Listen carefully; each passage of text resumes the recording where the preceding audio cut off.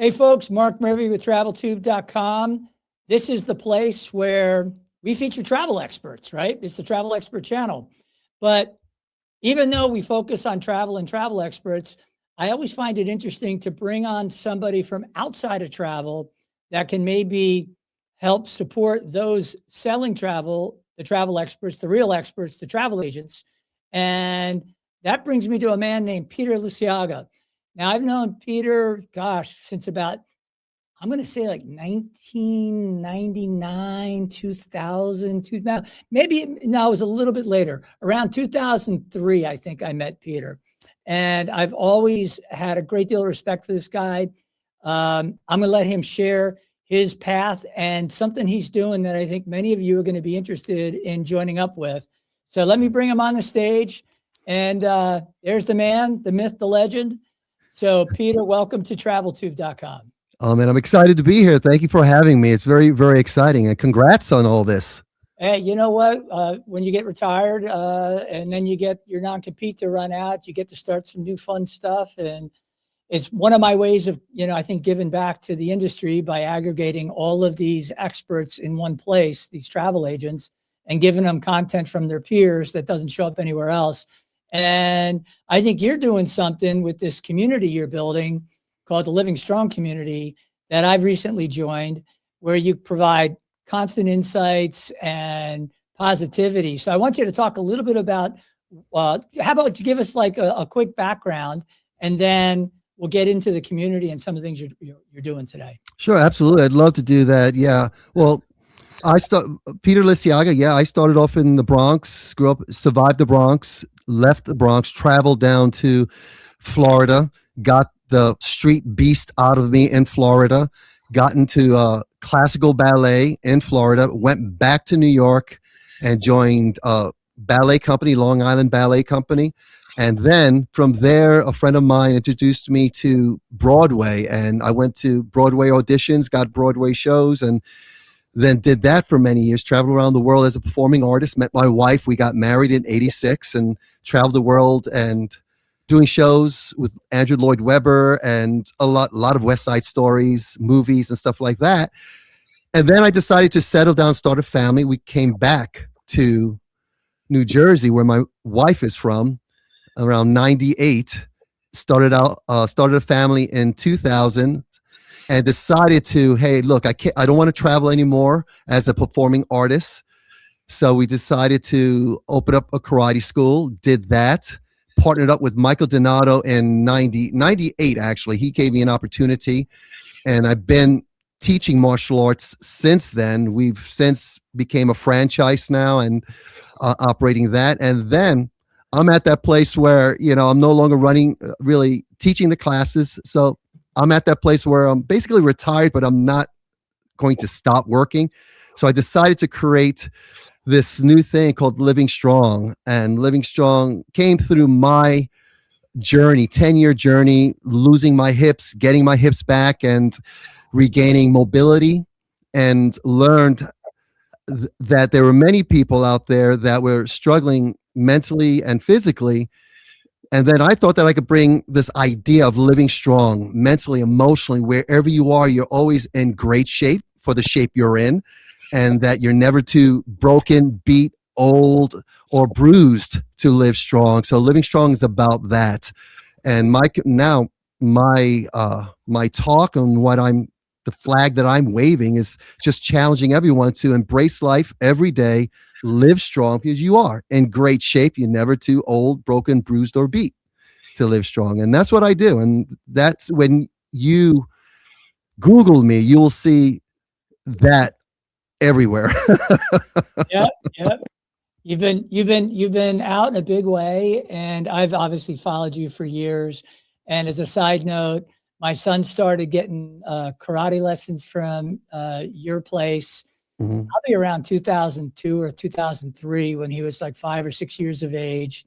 And then Peter actually did some one-on-one training with him in high school till he broke his kneecap skateboarding. And I think he was a black belt, and maybe, I forget what degree at the time. I believe it was second degree. Yeah, I realized even when he was in high school, he could probably kick my butt. But I don't think mentally, he did not know that. He probably knows that now because he sees all the gray hair. But no, always loved having you around. You're such a positive influence on the kids, and I know that the community is going to be a positive influence as well. Talk a little bit about your book. You wrote a book, came out, I believe, last summer. Let's talk about that and some of the nuggets that are in there. Yeah, I wrote a book called Living Strong, The Power of Defining Moments. And I wrote that during a time that I couldn't move and I had to make sense of my life. And I had this sense of uselessness because I was not on the mats anymore. I was a full-time instructor teaching 40 classes a week. And then I stepped out of that role and gave it to a younger head instructor. And I just took over being the overall master, but I didn't teach classes, but I felt disconnected and I felt like I was not contributing anymore. So I spent a lot of time reflecting and I realized that I wanted to have be useful. And I started writing lessons that I've learned over my life. And I realized that these lessons over my life, what I call defining moments, empowered me. And it wasn't the high points in my life. It were those low points in my life that I really learned the greatest lessons, these defining moments. And that's what you'll see in my book, starting with my time growing up in the streets of New York. I was a gang member, and then how I got out of that environment, how I became a ballet dancer, and how I had loss. There was loss from businesses that I've lost, all these losses that I gained so much knowledge. They were defining moments. So this book, when you read this book, it's about my life, but it's about those lessons that I learned. And I wrote it in a way so that other people can, when they read it, they hopefully will ask themselves, oh my gosh, I could relate to that. And I know when people ask me, when they read it, say, Peter, I love this. And I always ask them, well, what part of it do you love? And what did you take from it? And I tell them, I really don't want reviews. I just want to hear what you got from it. And so this helped me. This book really helped me to come up with this idea of creating my company, Living Strong Projects, so that I can then go out into the community and take this message to live strong. And you're never, ever, ever too old, broken, bruised, or beat to live strong. So this book really planted that seed in me. And I think that's what you get. It's really small. It's very, very easy read, which was purpose. I think my original manuscript, it was so thick because I had all the research, the psychology. I mean, I'm into psychology and positive psychology, and I had added all that research and I took all that stuff out and made it really easy. But this book is really my hope is that someone would read it and ask themselves, okay, am I living strong, and how am I living strong mentally, emotionally, physically, and how am I contributing, and how am I being useful in the community? So that's my hope with this book. Yeah, it's an interesting story from being young and being part of a gang, which is based on where you were living. It was almost a survival thing, right? Without question. It was, and that's all. That was my mindset. And it wasn't until I started traveling. I remember when I left New York, what got me out of the streets of New York was asking a friend. I was living in the streets, and a friend of mine would let me sneak into their house. And I said I had to get out of New York. I'm going to die here. And she gave me money, and I got on the bus in Port Authority, and it was 36 hours down to Fort Pierce, Florida. And I remember thinking that I thought the whole world was projects. And then once I got past Newark, because I thought then when I got to Newark, I thought it was worse than what I thought because of the smell of it. But anyway, after that, it was like 30 plus hours of openness. And that planted the seed for me to travel. And of course, when I became a performing artist, traveled all over the United States, Canada, I've been to Japan, all over Europe, lived in Europe, and sort of really planted that seed to travel. And it just opened my eyes, opened my mind, opened my heart. And I just saw that there was a world out there that was exciting, and it wasn't streets, and it was amazing. And it's such a great message to bring back to folks that today are in that situation that you were in, right? Mm-hmm. And they think this is it, like this is all there is. And It's never, I mean, let's look at our education systems that, failed in particular these inner city kids where, yeah, if you can't read or write or do math and you get a degree to get out of high school, like, hey, congratulations, you graduated. When in some cases, 5% of the class can read at like an 8th grade level. And then you go to college and you're basically illiterate. And the government backed loans will be happy to give you those loans that you'll never be able to repay Mhm. to go and Yeah. fail again in college, because guess what? They're probably not going to pass you if you can't read when you get to college.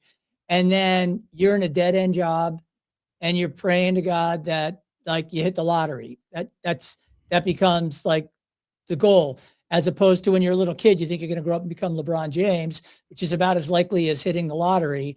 And that's why I think it's so critical that people like you get platforms to go out and talk about things, because I was raised in a family of 7 kids.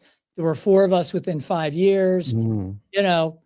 I joked that I was buying a van that we're going to travel around the country in last spring, and I met this young guy, younger than me, by about 30 years, African American kid.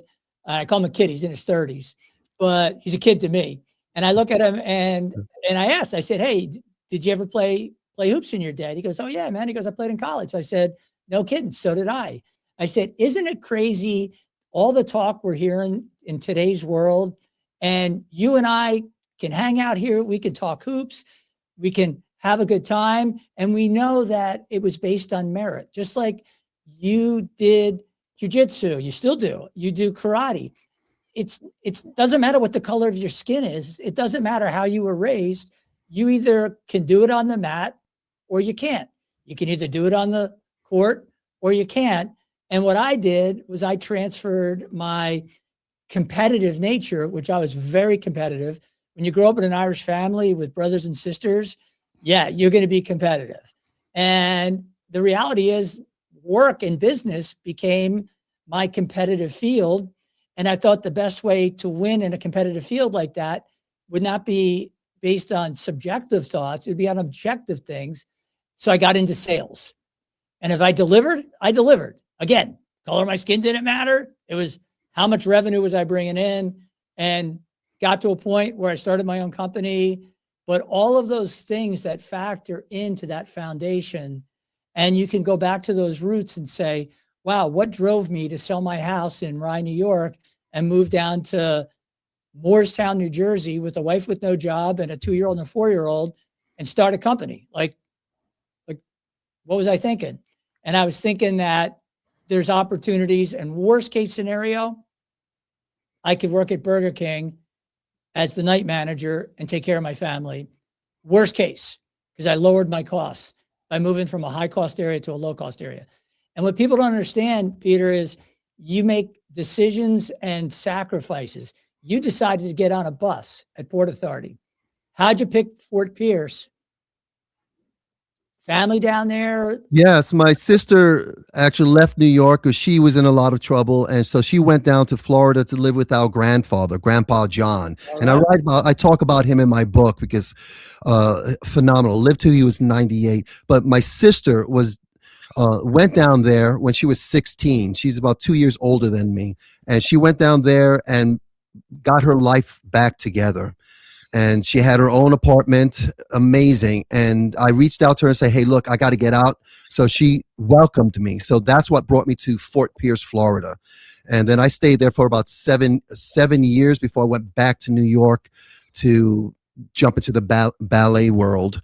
And right now, I know the one thing. Just going back to you speaking about, the school.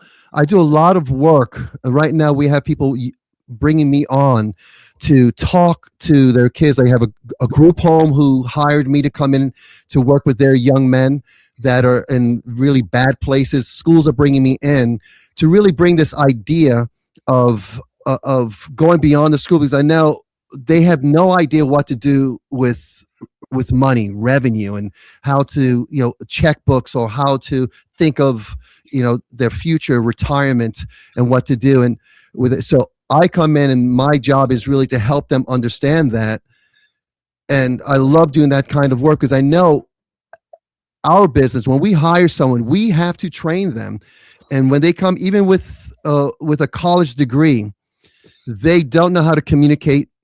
They don't know how to create value in a product or a service and then communicate that in a very clear and concise way that the person they're speaking to has an understanding and sees the value and then says, you know what, I want to invest in that because that will serve me. And they don't know. So we have to train them. None of this is taught.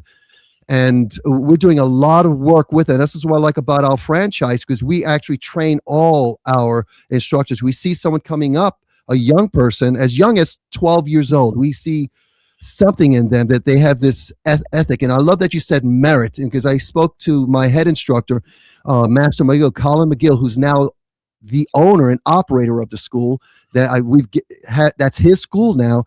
And we help him to train up our instructors. And we were talking about, just meritocracy, having the ability to understand what's expected of you to help this business or this service, this business grow and expand. And what do you bring to the table so it helps it grow? And so they understand the service, they understand the product, they understand what has to happen to bring new clients, new students in, and then to keep them, and then to grow, because they know if we grow, they grow, and then they share. So we help them with that. And this is one thing we still hear, it's not happening. And I'm speaking to educators. My wife's an educator and also on the school board of RCBC. She was on the school board of RCBC.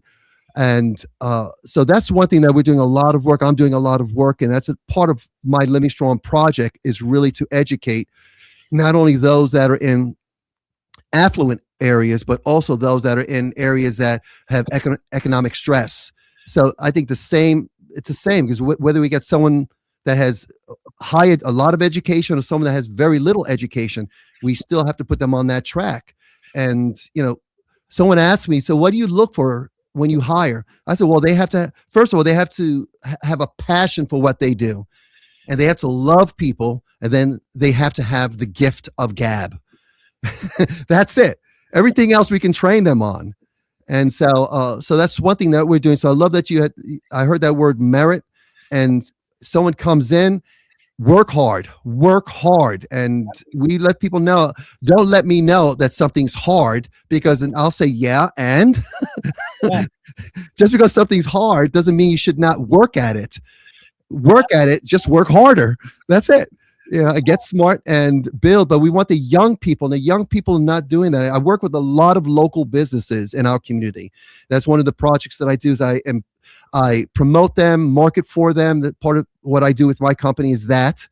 And I'll go into these businesses, and they hire people that are just there, and it's like they're just clocking in, and they're not invested in that local business and excited about building that business, and they don't see how that connects to their own livelihood and their own humanity, and them being a human being and contributing to that community through that local business.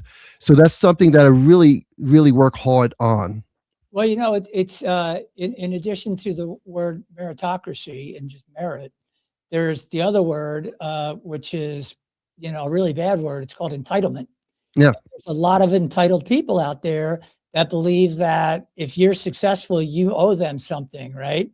And just for folks out there, just building a business with no investment, bootstrapping it, which is what we did, growing it, and then having it take off. As you're doing really well, everybody's like, because you're adding more employees, and it's like, what about me? I need a bigger raise, blah, blah, blah. And you reward people, because if you don't pay them well, they leave, and they'll find somebody who will treat them better, right? So we always try to treat people really well, very flexible with folks. A lot of things that I did for people over the years, never talked about, never publicized, just did it because it was the right thing to do. And what I always found interesting is, like, when things are good, everybody wants a raise, and you're happy to share the wealth.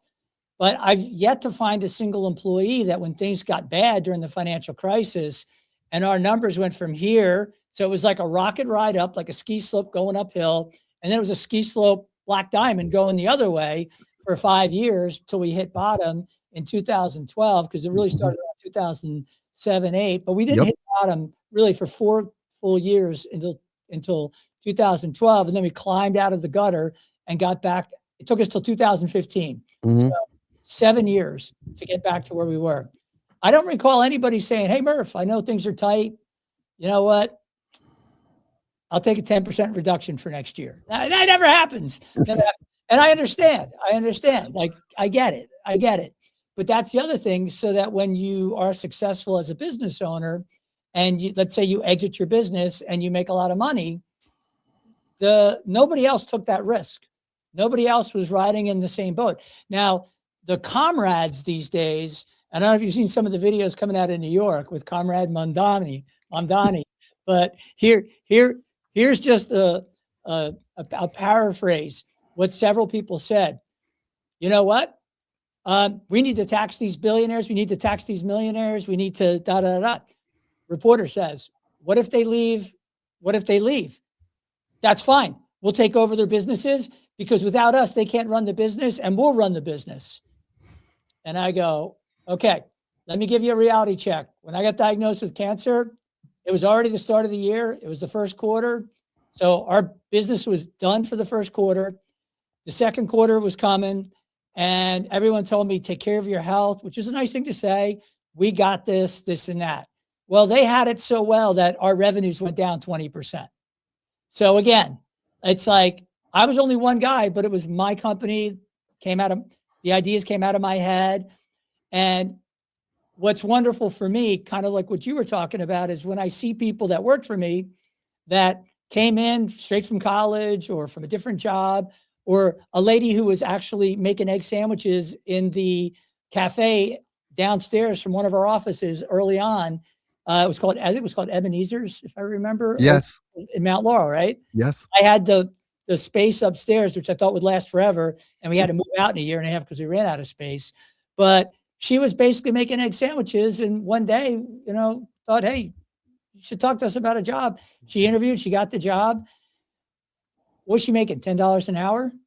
Well, last time I checked, she was making well into the six figures. She ended up going to this large company, and now she's a project manager, no college degree.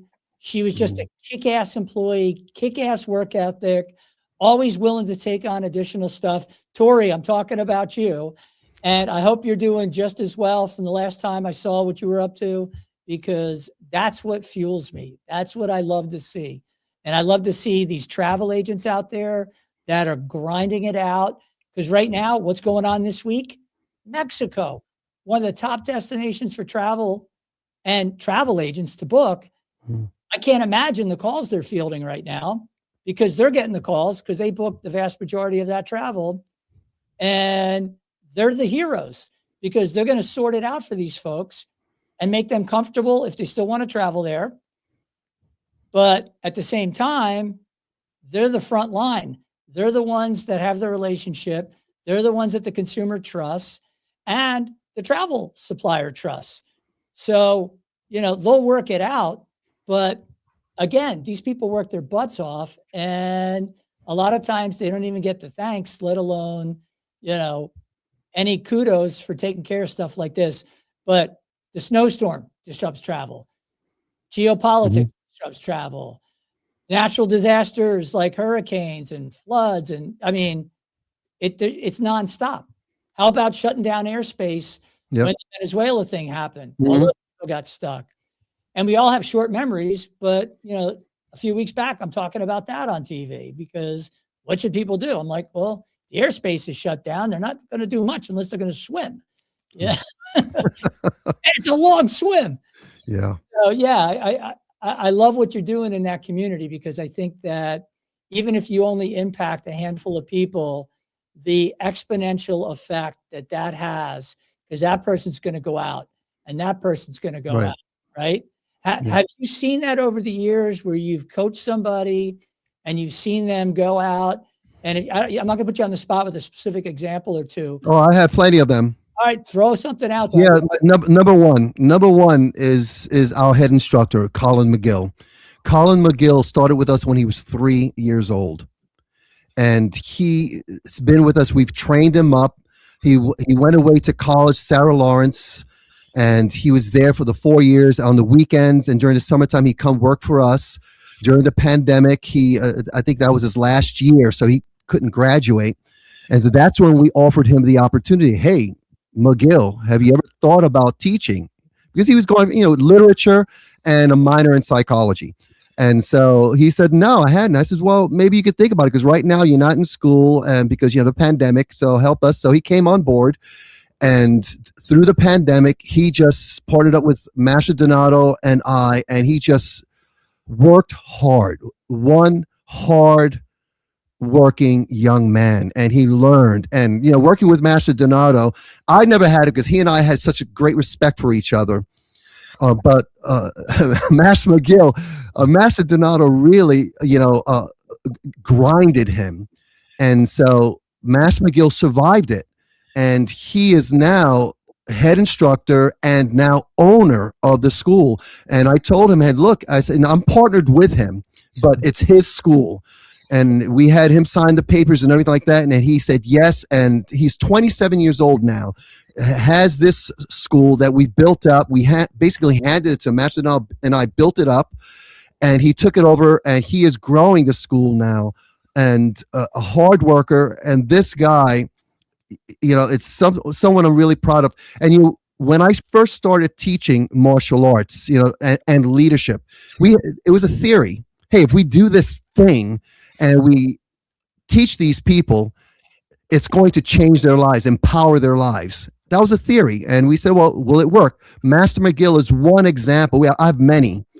One example of that. And we've seen that happen. And I've also seen that with the work that I've done with the local businesses. And on Friday, I was hired to go into a senior citizen facility and do my Living Strong presentation for 80 to 97-year-olds.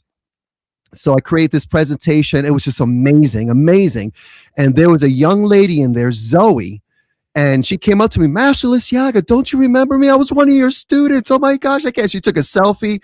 And so that happens to me almost daily, because everyone in my town knows me. I used to be your Mount Laurel martial arts guy. Now I'm just your Mount Laurel guy.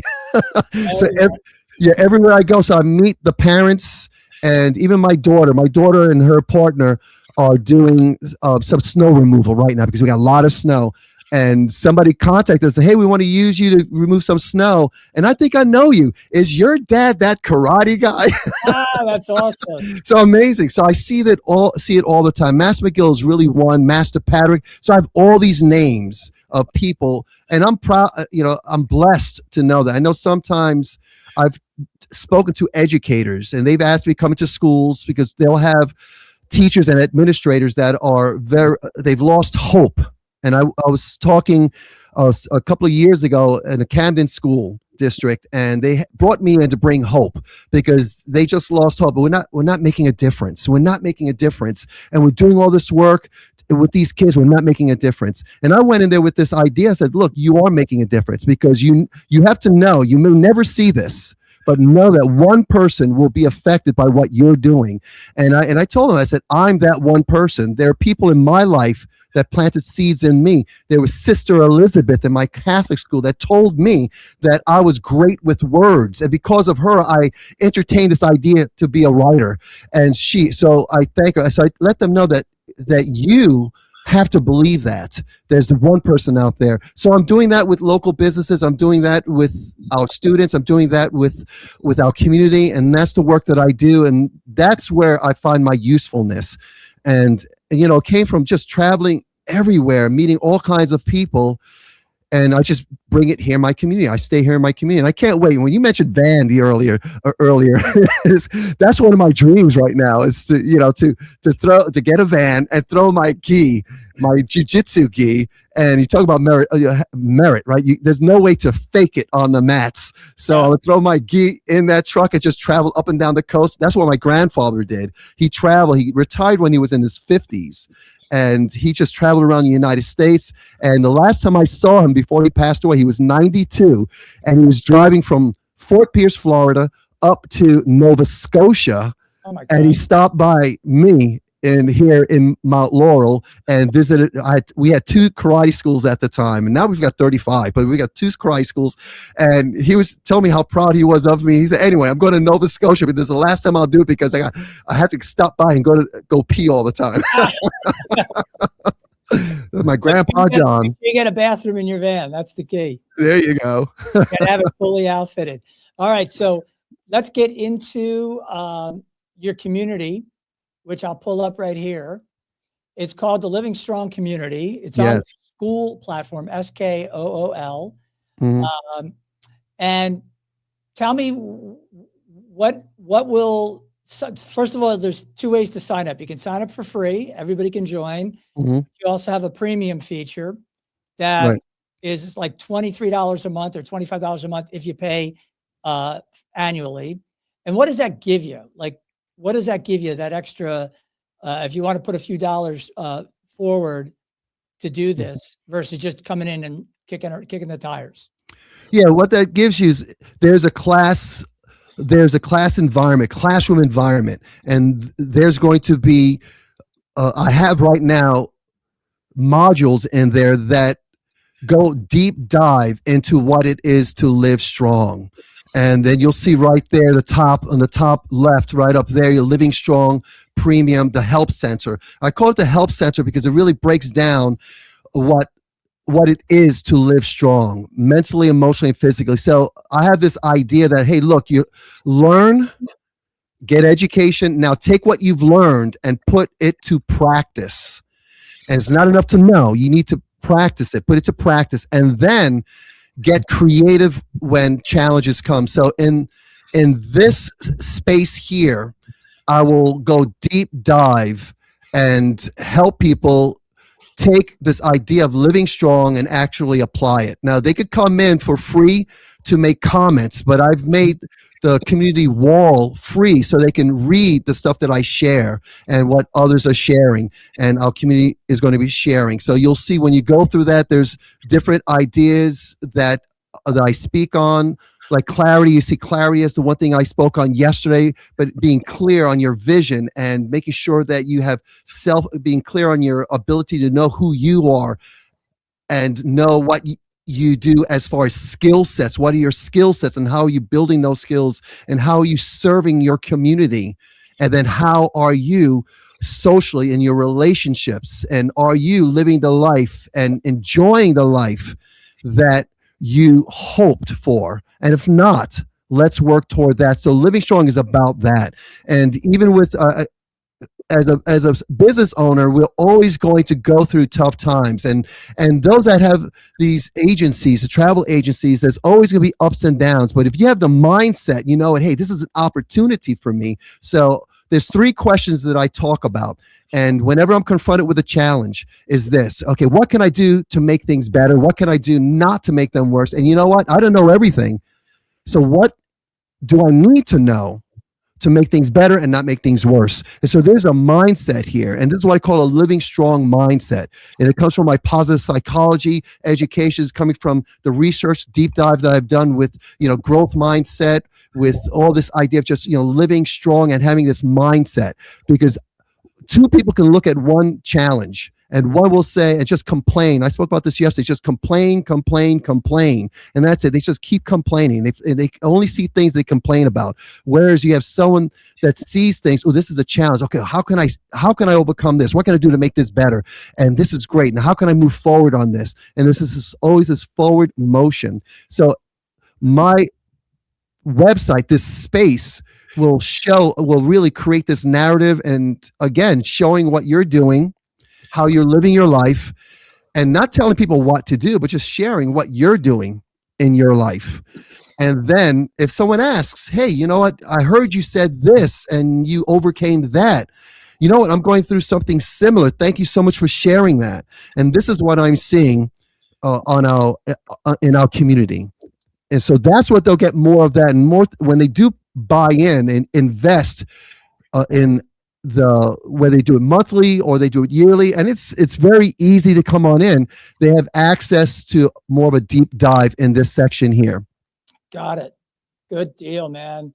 Well, so let me just let everybody know, if you want somebody who can give you some unbelievable insights, who's actually traveled the road that he speaks of and has been through some rough times, as you just heard on this podcast, that's Master Liciaga, Master Arigato. It's not Japanese, though. Yeah. I was doing my Japanese invitation at the sushi restaurant. I'll take it. I was in Japan. I love it. Yeah, it's funny. I'm laughing because I used to go in with a guy I worked with, and he was a bit on the heavier side. They go, oh, I'd go in because I lived around the corner, and he would take the car service up to where he lived in the burbs, and I would just stop near my apartment, jump out, and he'd want to get sushi.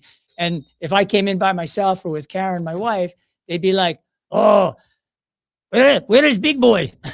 That's what they would call him, Big Boy. So, yeah, the guy would eat so much freaking sushi. They love the guy because he dropped like $200 on his own just on sushi. And this is like 25 years ago.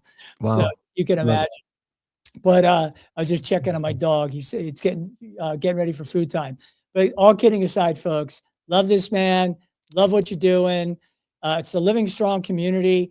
What's the easiest way to get to the community, Peter? What is it? Is it a specific URL? What is it? Yes. Yeah. livingstrongtribe.com. livingstrongtribe.com. Yes. All right. We will put that in the clips that we're going to be sending out. If you're a travel professional, you can't go wrong joining this community. You're definitely going to get something out of it, and spend a few bucks. It's less than $1 a day to get your caffeine dose of Master Liciaga and his insights. And as you can tell, he's an incredibly positive guy. And that's why when he was available and I could get him to train my son one-on-one to be better at so many things, not just martial arts, it was a no-brainer, total no-brainer. So thank you again, Peter. My pleasure. All the best. And till next time, let me just sign off here. I appreciate everyone joining me here on traveltube.com, and especially for my previous guest, Peter Liciaga. livingstrongtribe.com is where you go to find out more information. And remember, he's got a book, he's got the website, he's got the community. I think you'll all enjoy it. And he's from outside of travel, but as you heard from his background, he's got a lot of travel exposure. So again, thank you again, folks. Follow us on traveltube.com, your favorite podcast app, as well as all your social media. Thanks again.